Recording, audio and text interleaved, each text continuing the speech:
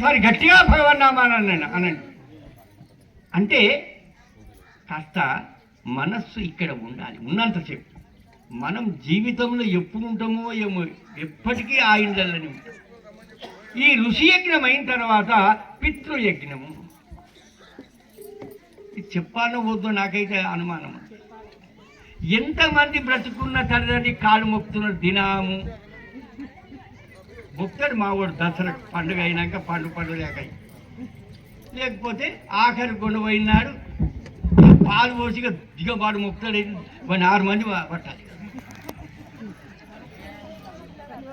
जिनको माँ बाप में भगवान नहीं दिखेगा, जिनको माँ बाप में भगवान नहीं दिखेगा, उनको सारी दुनिया में कहीं नहीं दिखेगा. కాశీలో 9 దినాలు కాస్తారు, 90 దినాలు ఉన్నా మీకు చూపుడు కనవాడు. మాతృదేవో భవ.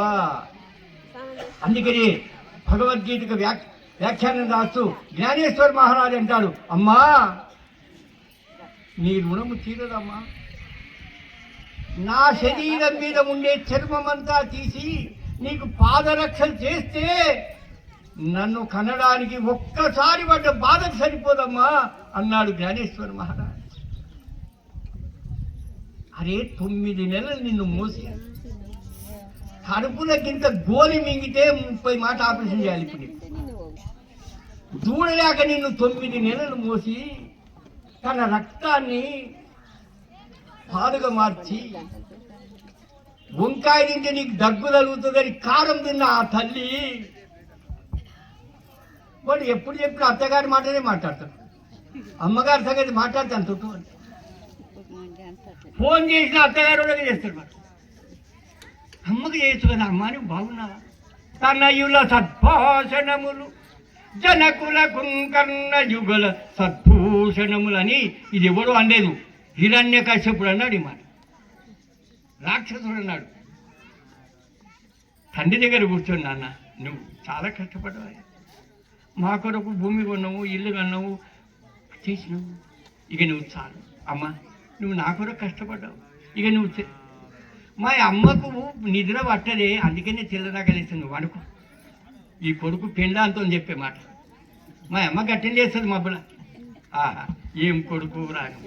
తల్లిదండ్రి మీద దయలేని పుత్రుడు పుట్టనేమి వాడు గిట్టనేమి, పుట్టలోని చెదలు పుట్టరా గిట్టరా విశ్వదాభిరామ వినురవేమ.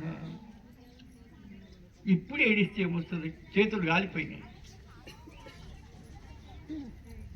బహుశాకు జరిగాయా.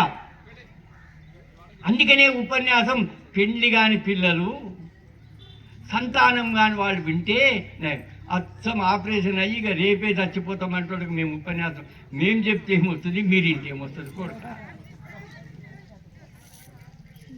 కాబట్టి ఏ తల్లి తన సంతానానికి ధర్మం చెప్పాను, ఆ సంతానం మీద తన బ్రతికున్న అత్తమామలకు ఆ సంతానం చూడగానే కాలు మొక్తే ఎట్లేంటనే ముట్లు కొడుక, నీ కూడా కర్మమున బుట్టు జంతువు, కర్మమున వృద్ధి పొందు కర్మమున జడు, కర్మము జనులకు దైవము. వీళ్ళలాక మంత్రాలు చదువు వచ్చినా చదువు రాకుండా సరిపోయా కానీ అమ్మ కాలు మొక్తే ఈ మంత్రాల పుణ్యం వస్తుంది, ఈ మంత్రాల పుణ్యం వస్తుంది. ఏం స్వామి సత్యము. ఈ ఓం హ్రీం క్లీం వద్దు. కోమటోళ్ళు గల్లపెట్టెకి మొక్తారా?